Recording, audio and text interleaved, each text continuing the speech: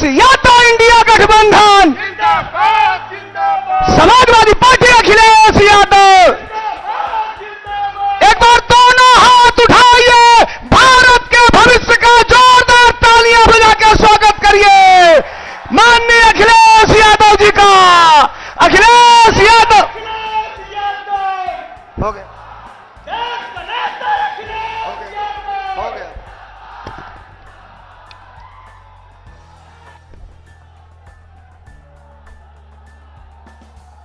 Samajwadi party और India गठबंधन के हमारे प्रत्याशी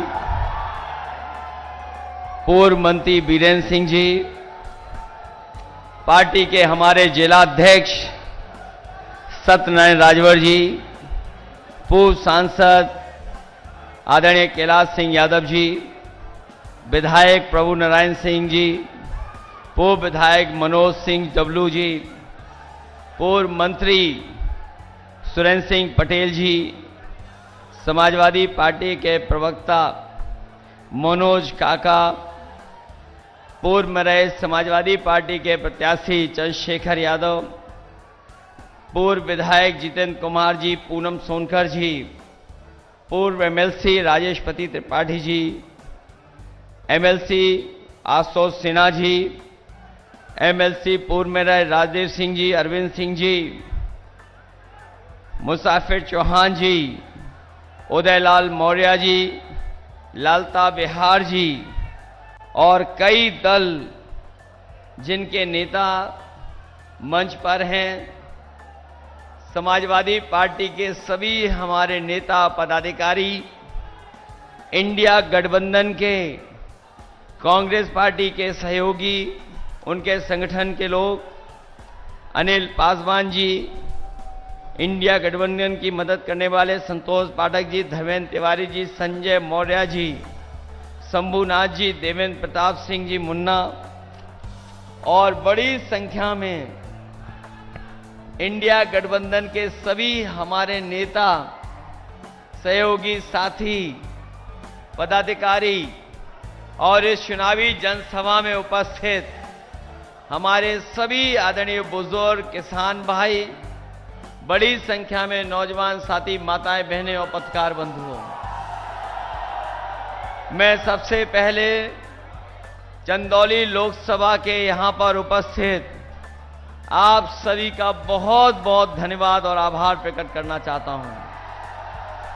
जहां गर्मी है और 45 डिग्री से ऊपर का टेम्परेचर है, जहां पंडाल में हमें बड़ी संख्या में लोग दिखाई दे रहे हैं, लेकिन जहां कोई छाया नहीं है, उसके बावजूद भी दाईं तरफ और सड़क से लेकर के और बाउंड्री तक पे जो बड़ी संख्या में लोग उपस्थित हैं, इधर बाईं तरफ भी हैं, मैं इन सब का बहुत बहुत धन्यवाद, आभार प्रकट करता हूं।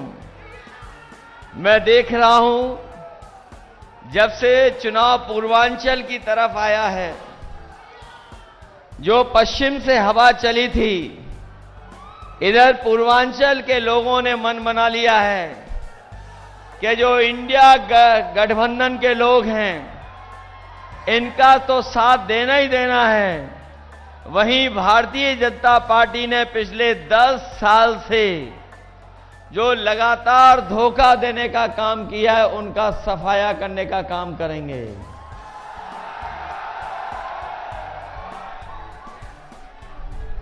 मैं देख रहा हूं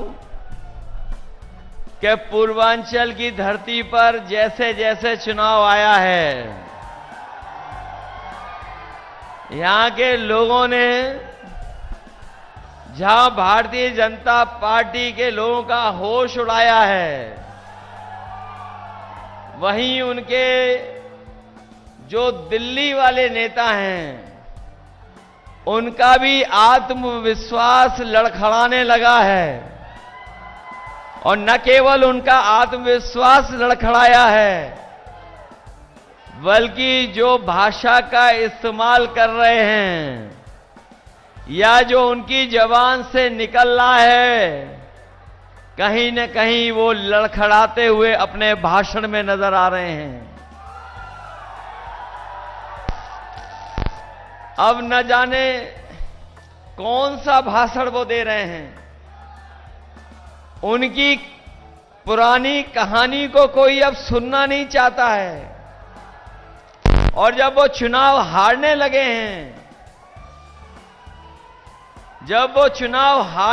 हैं, तो न केवल अपना भाषण बदल रहे हैं, बल्कि आप देखिए मंचों पे वो थर-थर कांपने भी लगे हैं। मुझे लगा था कि इस बार 80 सीटों में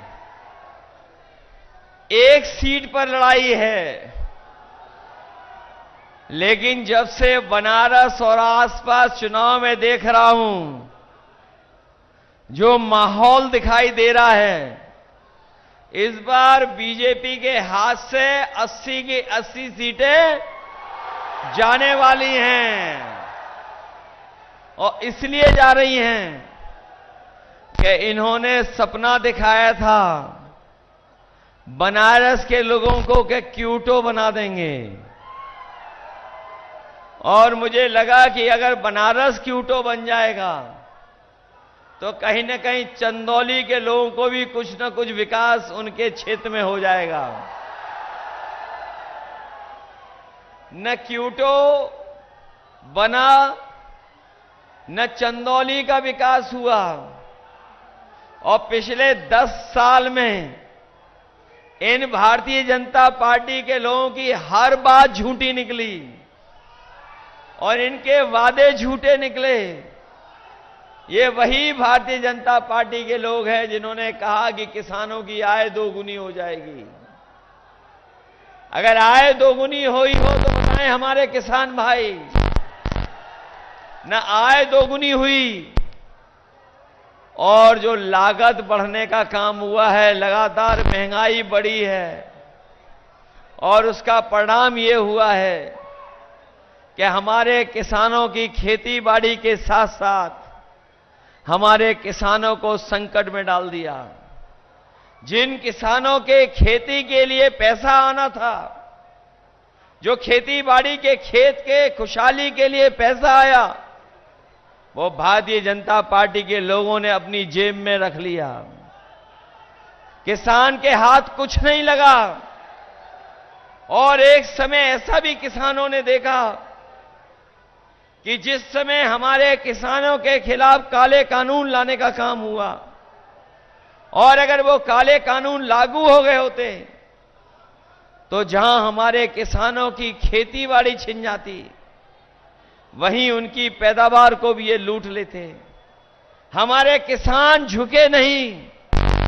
न केवल उत्तर प्रदेश का किसान बल्कि देश का किसान इन बीजेपी के खिलाफ खड़ा हो गया। दिल्ली घेरनी पड़ गई, दिल्ली जाके धरने पर बैठ गया। तब तक नहीं हटा जब तक सरकार ने काले कानून वापस नहीं ले लिए। जहां किसान के काले कानून वापस हुए, लेकिन लड़ाई अभी खत्म नहीं हुई है। इन्होंने 10 साल में बड़े बड़े उद्योगपति, कारोबारी, बड़े बड़े कारखाने चलाने वालों का लगभग 25 लाख करोड़ रुपए इन्होंने माफ कर दिया बैंकों का। और जब नियम बनाया इन्होंने, तो नियम बनाया कि जिनका 5 करोड़ से ऊपर कर्ज है, उनका कर्ज बैंकों से माफ कर दिया जाएगा। हमारा वही किसान मायूस हो गया। उसका करोड़ों का कर्ज नहीं था, उसका कर्ज तो केवल लाखों में है।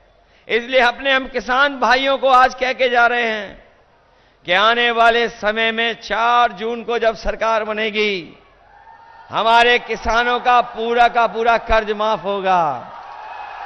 न केवल कर्ज माफ होगा, बल्कि हमारे किसानों की पैदावार की कीमत दिलाने के लिए अगर एमएसपी के लिए कानूनी अधिकार भी दिलाना पड़ेगा तो किसानों की खुशहाली के लिए कानूनी अधिकार भी दिलाने का काम किसानों को होगा। जहां किसान इन्होंने संकट में डाल दिया, वहीं हमारा नौजवान जानता होगा कि इन नौजवानों के हाथ में न नौकरी आई न रोजगार आया। और जब ये नौजवान तैयारी कर करके, अपनी कोचिंग और पढ़ाई कर करके, अपनी मेहनत से जब परीक्षा देने गया, तो इस सरकार ने पेपर लीक करा दिया।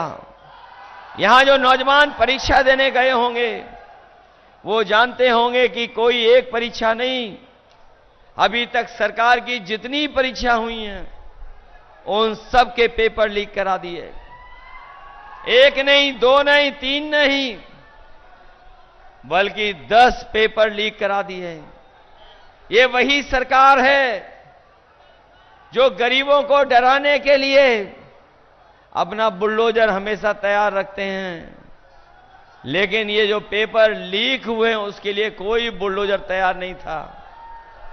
मैं अपने नौजवानों से कहना चाहता हूं, केवल इन्होंने नौकरी नहीं छीनी है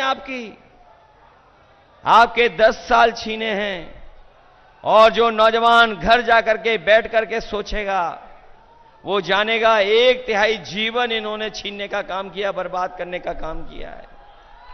जहां नौकरी रोजगार नहीं दिया, वहीं हमें याद है चंदौली के लोगों का, यहां का नौजवान फौज की तैयारी के लिए मेहनत करता है, भागता है, दौड़ता है और अपना सब कुछ लगा देता है जिससे कि फौज में भर्ती हो जाए।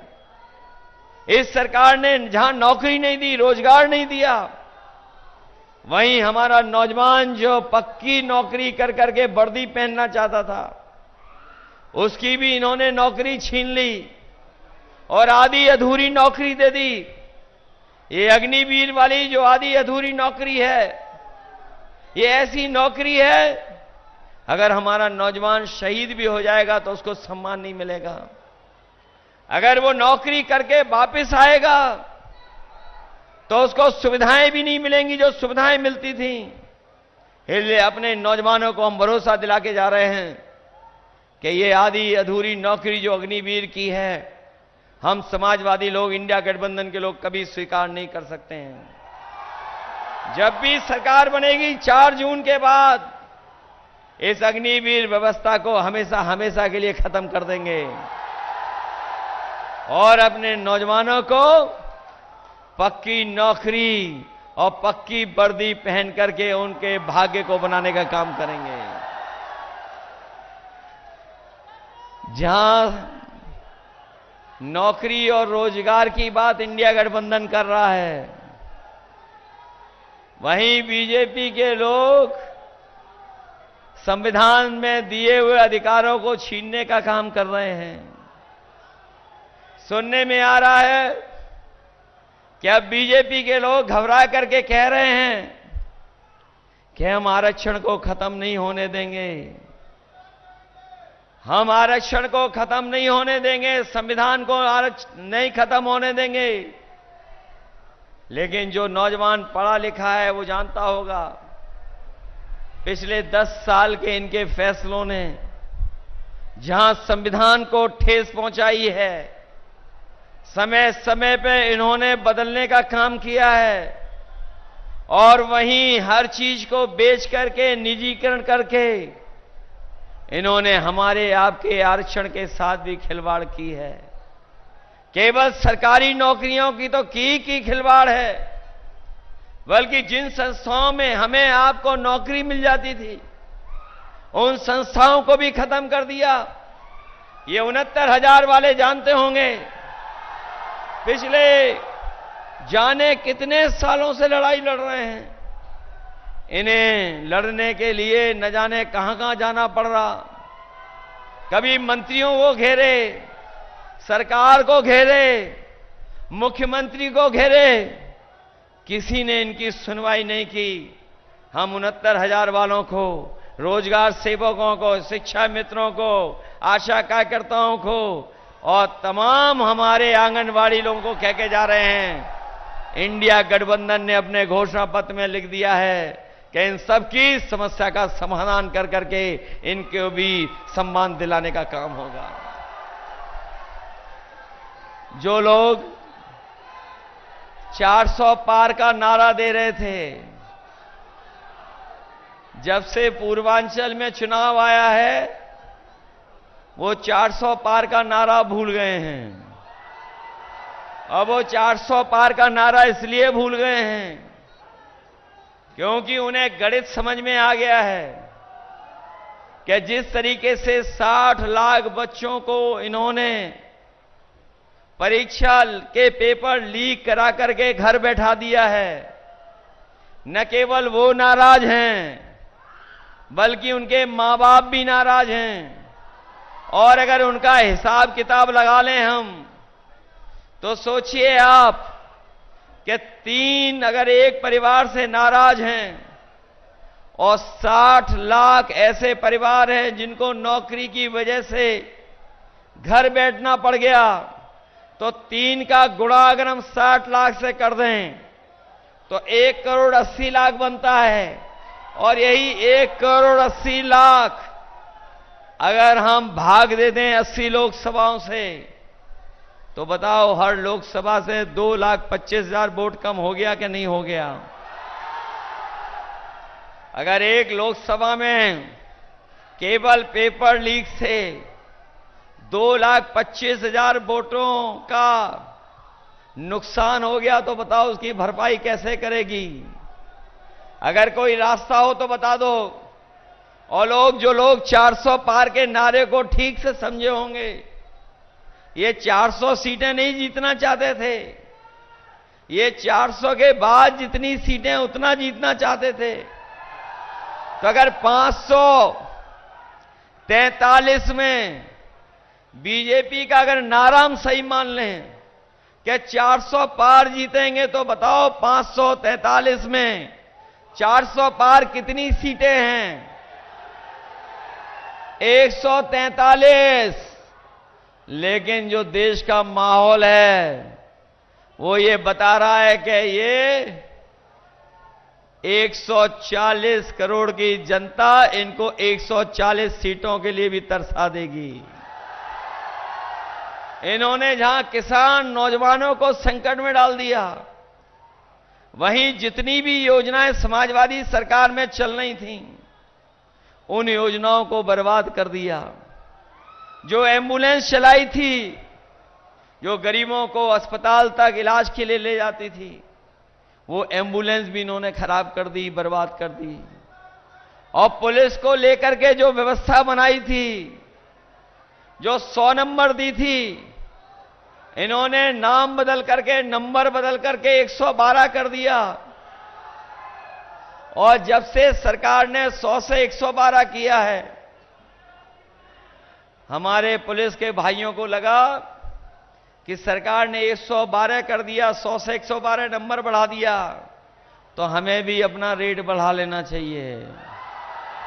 बताओ रेट बढ़ा दिया कि नहीं बढ़ा दिया? हम इनको खाकी वर्दी पहनने वाले भाइयों को भी सावधान करने आए हैं। अभी तो फौज की नौकरी 4 साल की हुई है। अगर बीजेपी वाले आ गए तो हमारे खाकी वर्दी पहनने वालों की भी नौकरी 3 साल की कर देंगे। कभी कभी पत्रकार साथी पूछते हैं ये कैसे संभव है? मैं उनसे पूछता हूं कि बताओ, क्या आपको पता था कि हवाई अड्डे बिक जाएंगे? क्या आपको पता था कि हवाई जहाज बिक जाएंगे? क्या आपको पता था कि बंदरगाह बिक जाएंगे? क्या आपको पता था कि सरकारी बैंक इलाहाबाद बिक जाएगी? क्या आपको पता था कि सरकारी नौकरी मानदे पे चली जाएंगी, आउटसोर्स हो जाएंगी? क्या आपको पता था कि जीएसटी लगने से महंगाई बढ़ जाएगी? क्या आपको पता था कि आधी रात को नोटबंदी हो जाएगी, नोट बंद हो जाएंगे? अगर आपको ये नहीं पता था तो देख लेना, बीजेपी वाले आ गए तो अभी तो फौज की नौकरी 4 साल की है। हमारे खाकी वर्दी पहनने वालों की भी नौकरी 3 साल की कर देंगे। बताओ इस सरकार में बोरी से चोरी हो गई कि नहीं हो गई? पहले 5 किलो की और फिर 5 किलो की, अब कितने की चोरी हो गई? कभी मैं सोचता हूं ये चोरी कहां से सीख करके आए हैं। जो लोग जानते होंगे, बाजार में गए होंगे, कभी उन्होंने पार्ले जी का बिस्किट पैकेट खरीदा होगा। सोचिए पहले पार्ले जी का बिस्किट पैकेट कितना बड़ा आता था, और जैसे जैसे महंगाई बढ़ी और उन्होंने मुनाफा कमाना शुरू किया तो बताओ पैकेट कितना छोटा हो गया।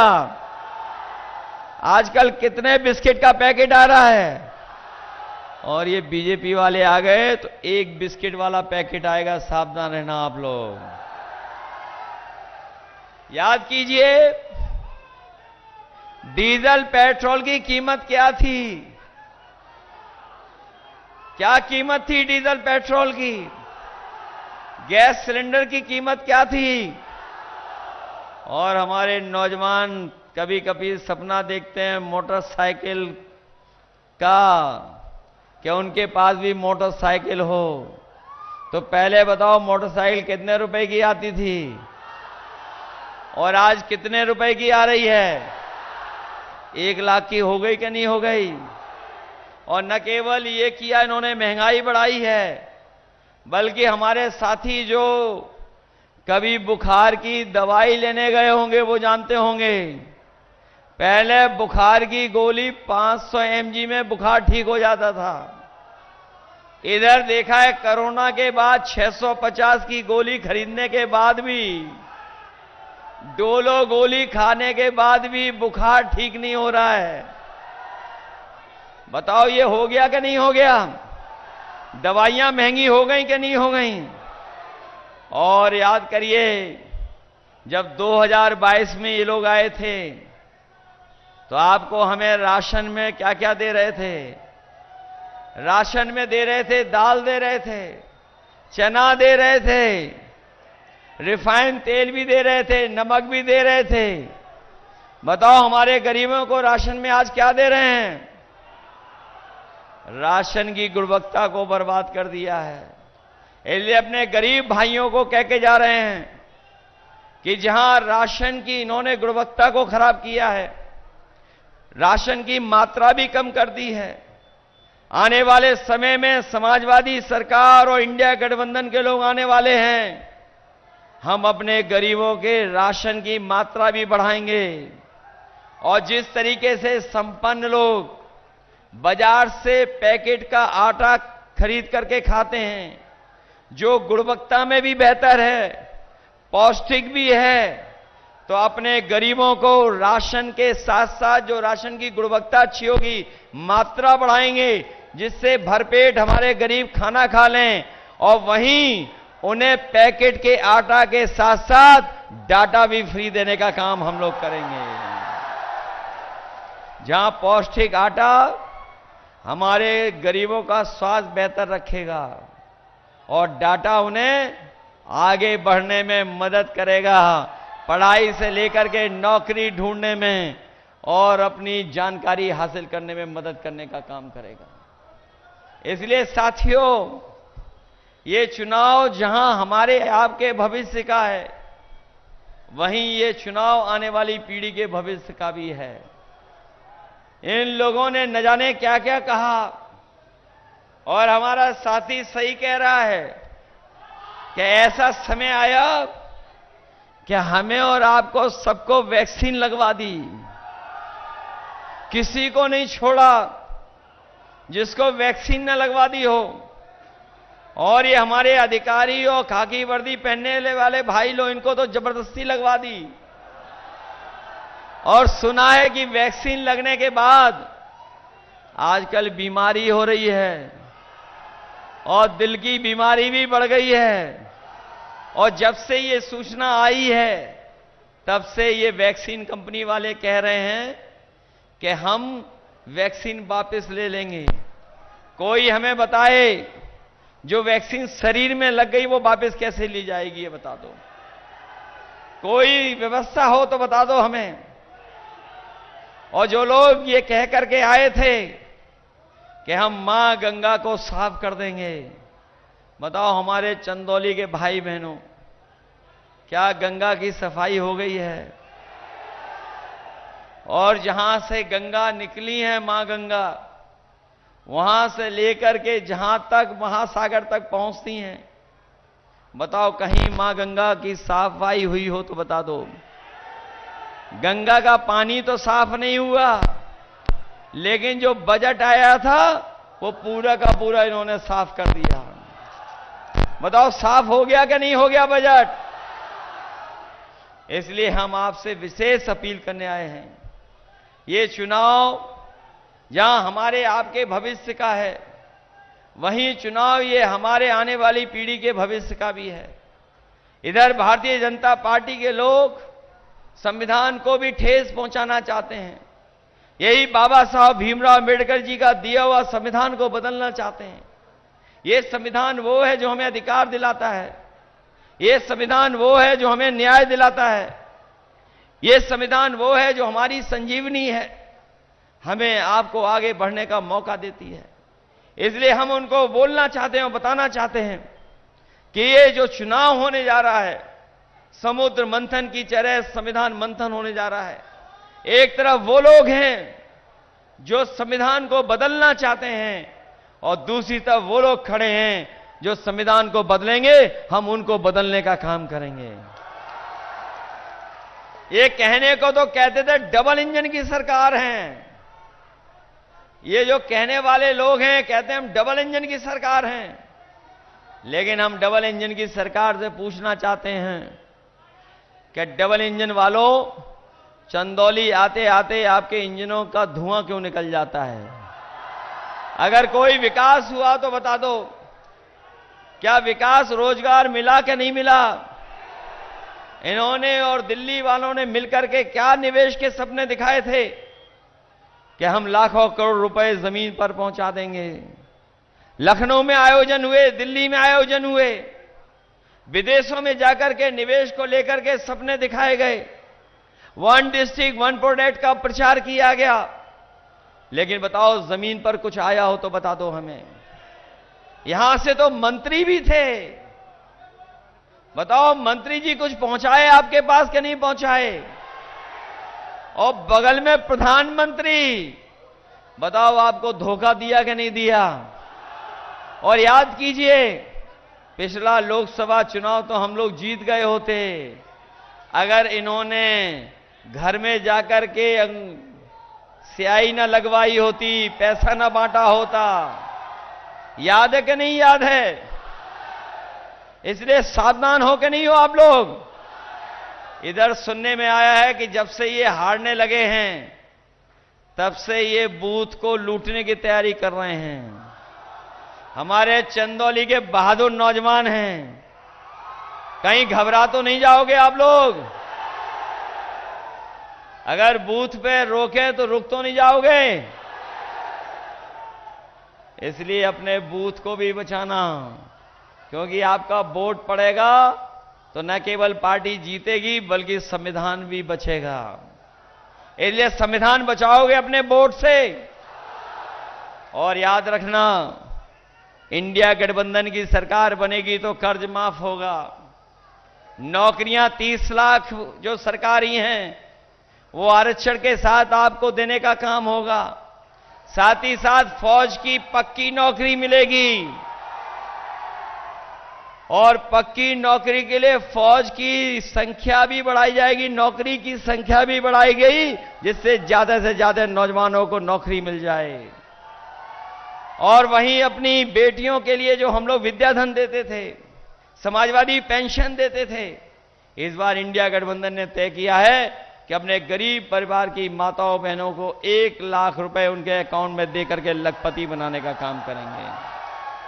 पुरानी पेंशन बहाल होगी, और जो गरीब हैं पढ़ना चाहेंगे उनकी पढ़ाई के लिए कोई पैसा नहीं लगेगा, उनका फ्री पढ़ाई कराने का काम होगा। इसलिए मदद करिए आप लोग। और ये सीट तो ऐसी है जहां लखनऊ और दिल्ली वाले पहले ही जान गए हैं कि समाजवादी लोग जीतने जा रहे हैं, इसलिए जिताओगे आप लोग। और ऐसे सांसद जिन्होंने कोई काम नहीं किया, उनके लिए हमें एक गाना मिल गया है दिल्ली से। इन बीजेपी वालों पे बहुत कलाकार हैं, बहुत अभिनय करते हैं बीजेपी वाले, समय समय पर भेष बदल लेते हैं, रंग बिरंगा नजारा दिखाते हैं। इनका पर्चा खारिज हो गया था, मैं उनको बधाई धन्यवाद देता हूं कि आज वो समाजवादी पार्टी के प्रत्याशी के लिए समर्थन भी कर रही हैं और सहयोग पूरा देने के लिए तैयार हैं। मैं बहुत धन्यवाद और स्वागत करता हूं। वहीं अपने साथियों से कहूंगा कि ये उम्र इन्हें चढ़ा ले गई वहां पर, ये उम्र इनकी है जो चढ़ सकते हैं। अगर सरकार ने नौकरी दी होती तो शायद कुछ और अच्छा काम कर रहे होते हैं। बहुत सावधानी से नीचे आना, और वहीं अपने जितने लोग दूर दूर से आए हैं, बहुत शांति से आप लोग घर वापस जाना और अपने बूथ की तैयारी करना, क्योंकि बीजेपी के लोग हारने जा रहे हैं। और अगर वो मैनेजमेंट करें तो उसके चक्कर में तो नहीं आ जाओगे आप लोग। वो आखिरी के समय पे जो मैनेजमेंट करते हैं उस पर नजर रखोगे कि नहीं रखोगे नजर? उस पर नजर रखना कि आखिरी वक्त में भी कुछ मैनेजमेंट करेंगे वो लोग, धोखा देना चाहेंगे। इसलिए आज इस कार्यक्रम के बाद आप सब लोग मिलकर के अपने बूथ पर जीतने की तैयारी करना और समाजवादी पार्टी के प्रत्याशी पूर्व मंत्री वीरेंद्र सिंह जी के लिए साइकिल पर वोट मांगने का काम करना, यही निवेदन, यही मैं अपील आपसे करने आया हूं। आप सबका बहुत बहुत धन्यवाद और आभार प्रकट करता हूं।